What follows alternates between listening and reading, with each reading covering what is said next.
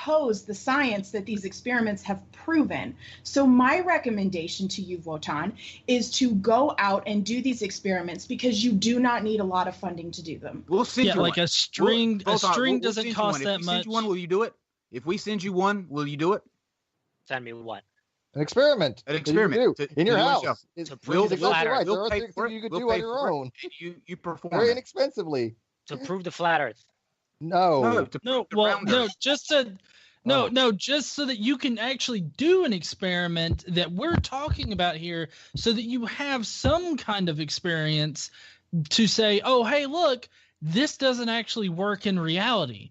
As of right now, you're saying, oh, that doesn't work at like Coriolis effect. That doesn't work in reality. Have you done an experiment? No, I haven't. Well, then how do you know it doesn't work in reality? Oh, I'm pulling it out of my ass. That's exactly what has just happened. We'll pay for it too. I know a sniper myself, and he admits that he does not take into account for the Coriolis effect. That's one of the proofs. That's one of the. We're not going to allow that. I know snipers. They'll say the absolute bullshit. That's bullshit. What you just said. Yeah. So we're not going to bring in anecdotal evidence from some friend that you have no name that's not going to buy balls enough to come in here and talk to us. If you have a sniper right now that will want to come in and say he doesn't adjust for the Coriolis effect, that's fine. But if you don't bring up anecdotal crap like that. You can get software for your phone.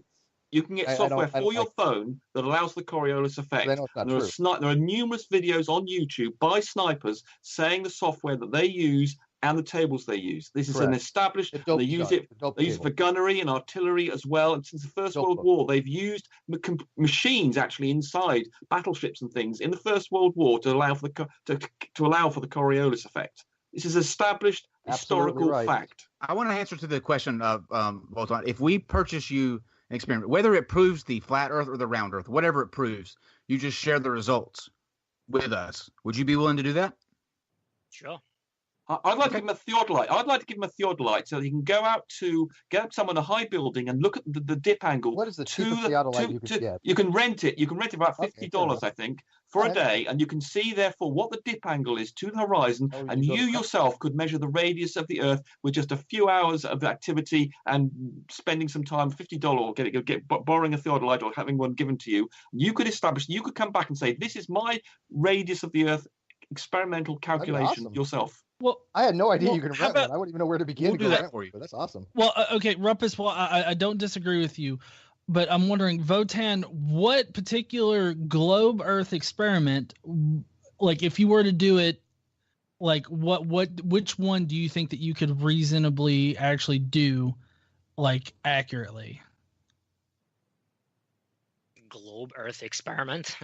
Well, the theodolite one you can do accurately. Either prove it. Somebody point out you can actually get one on. You can actually get phones that actually act as a theodolite. So yeah, they're not accurate enough. I know, but whatever. They're not quite good enough. Yeah, I know. I've heard that. John's got a good question. Let him get an answer to that one. Well, yeah, all I'm saying is like one of our experiments, an experiment that proves how the Earth is a sphere. Which experiment do you reasonably think that you would be able to do? We've mentioned a lot of them here tonight. There's going up to a high place and dropping an object like maybe a tennis ball or something like that and trying to judge the distance in which it moved.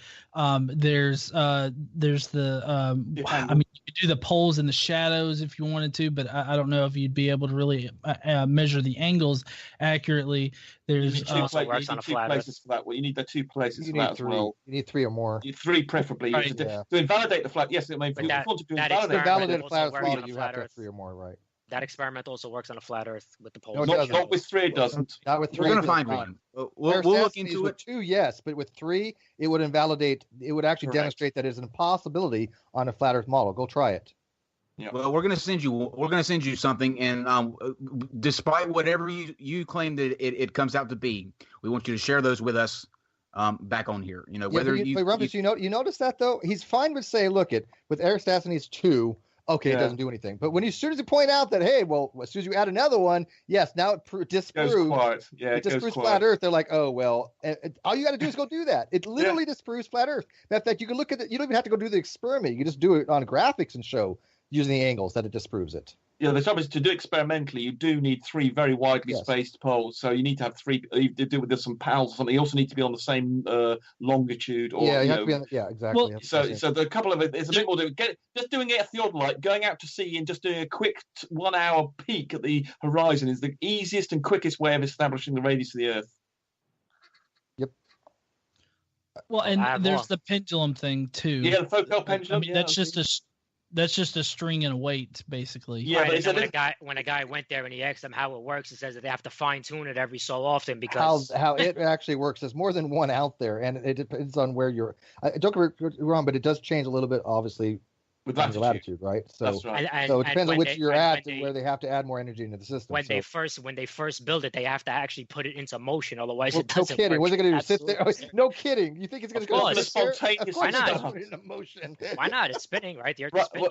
Wotan, I've got an explanation for that. The Coriolis force is a function of velocity. If something is not moving, the Coriolis force, the equations for the Coriolis force and something require it to have a velocity. It's a function of the velocity. So it doesn't have any velocity in the inertial in the Earth's rotational frame, it will not have any effect. It has to be moving. In other words, it has to be swinging, and then it will affect the swing. Right. If it's not swinging, then it will not have an effect. A mechanical object. A mechanical electric. If I shoot a missile up, the Coriolis effect doesn't have effect. If I shoot it toward a direction like to the south, then the Coriolis effect takes into play.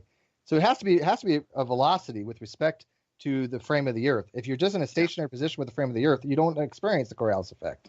You're either allergic to facts or you're about to win an Academy Award. It's just mind-boggling. One of those two things are going to happen. Yeah, these flippers think that they just proved all this stuff, but they don't even understand the concepts. And I just, to me, it still boggles my mind that they have the audacity to think that they know more than all the people that have gone to school to study this stuff. Dunning-Kruger to an extreme. There's got to be something even more than DK. It's got to be DK times 10 or something. I never said I knew more than all you guys. I never said that. So don't put that's very evident. Well, no, but you've kind of demonstrated.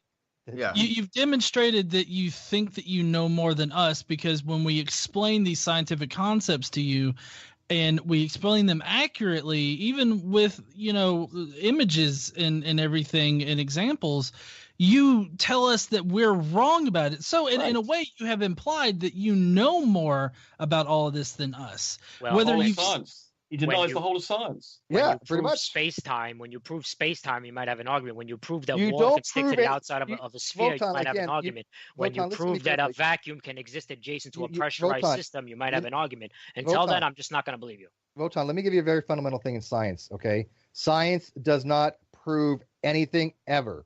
There is no such thing as scientific proof. It's a misnomer, okay? Science is not meant to prove. Science is meant to explain and predict. So as soon as you invoke words like prove, you automatically are basically not understanding how the scientific method works, okay? Because scientific facts can change. So I would avoid using the word proof. Demonstrate. Use the word demonstrate. Oh, okay? At least demonstrate that it could be possible. Something happened when you found out about evolution, or you think you pinpointed something on evolution that made you rebel against all other science. And you're not the first example of people that have done that. I mean, you see it time and time again. But one thing that you think doesn't set right instantly negates the rest of science. It's an amazing, I think, phenomenon. Well, when you look at science as a whole, you really look at it like it is like a religion. It's very dogmatic. No, listen. Let me explain. Please do. Go ahead. Let him explain. The precipice of science. What science is, what science does, what science is supposed to do is absolutely the most beautiful thing you can imagine. The way Richard Feynman explains science, I think, is the most beautiful, eloquent, simple, pragmatic way that you could look at science. It's so where's our problem? I love science. The problem is when you have humans with egos, with monetary interests, with interest in you want to talk about egos? The peer review process eliminates that. The peer review process eliminates that. Let's say you have a scientist who has a published paper.